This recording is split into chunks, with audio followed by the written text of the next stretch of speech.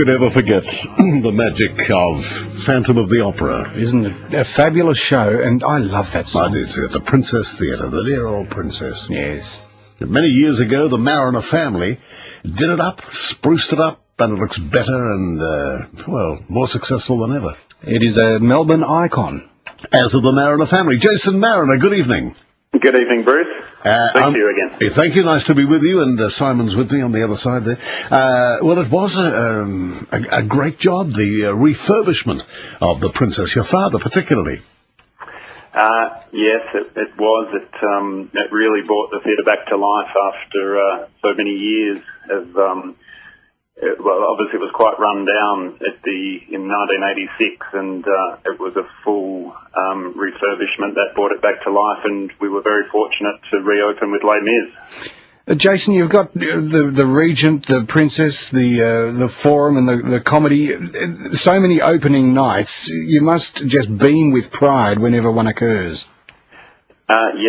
Yes, we've had some magic nights, and none better than our recent opening with King Kong. King Kong, I think, is a production that really speaks for the way the Australian industry, and particularly the industry, has developed in Melbourne, because that's a show that is a world premiere, built in Melbourne. So King Kong is something I remember walking up the carpet that night and thinking this was a very special night for everybody involved. Yes, there's a great story, a great heritage of the Regent Theatre, going back to the Norm Gallagher days, where, in fact, your father was involved in saving that with Gallagher, wasn't he? Yes, and just listening to Rebecca then talking about the palace, Norm Gallagher gets a lot of the credit, but of course there are many people involved in saving the Regent, and I think it started with a woman that ran the restaurant a couple of doors up Collins Street. I think it was the Black Cherry Restaurant. I remember that. Yeah, Lois Webster, and I think she was the secretary of the Save the Regent Committee at the get-go, and through her initial lobbying, she got Norm Gallagher on side, and of course Norm wielded the power and basically said the building wasn't being demolished, and that was that. It's excellent work, of course, done by him and yourselves with the family looking after these theatres. We would be much poorer, theatre-wise, without you. Yeah, I think so, and I think that's thank you firstly, but I think what we've retained in Melbourne, and when you think back to the 1970s when the theatre was actually closed, that was I think it closed middle of 1970. Yes. Essentially everything was sold off. There was a big auction. Basically everything went off the walls because it was set to be demolished.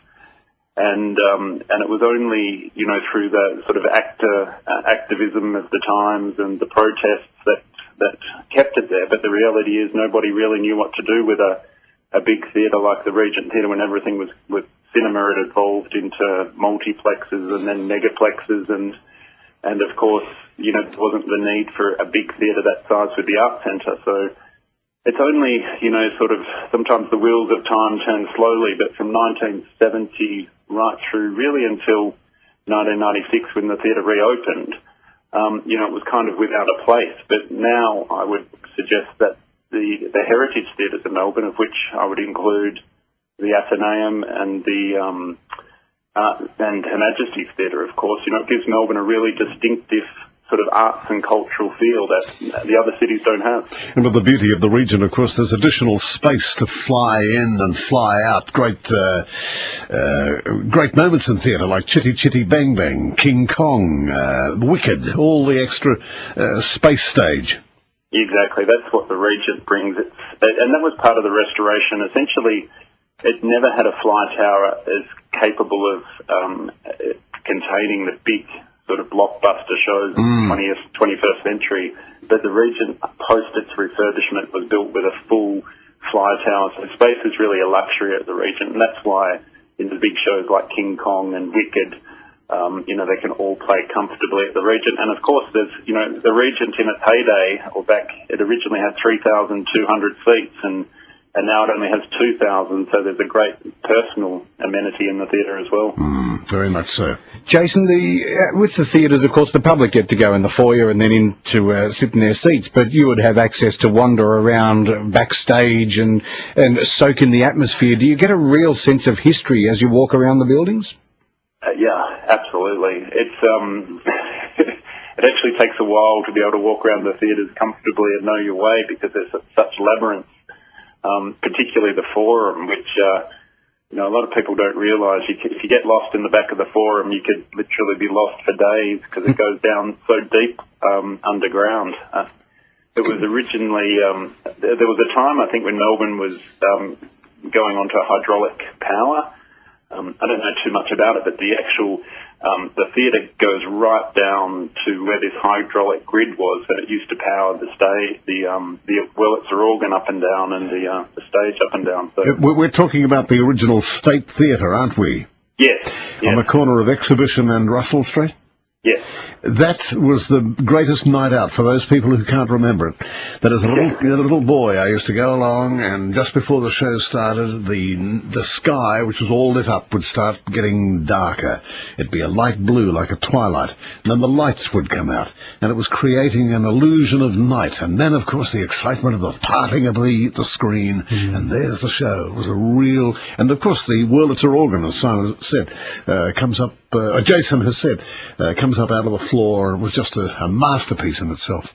It's considered still, one of the great atmospheric theatres ever built in the world. And, and the stars still twinkle there at night, even today. But it's a comedy venue, isn't it, and bands?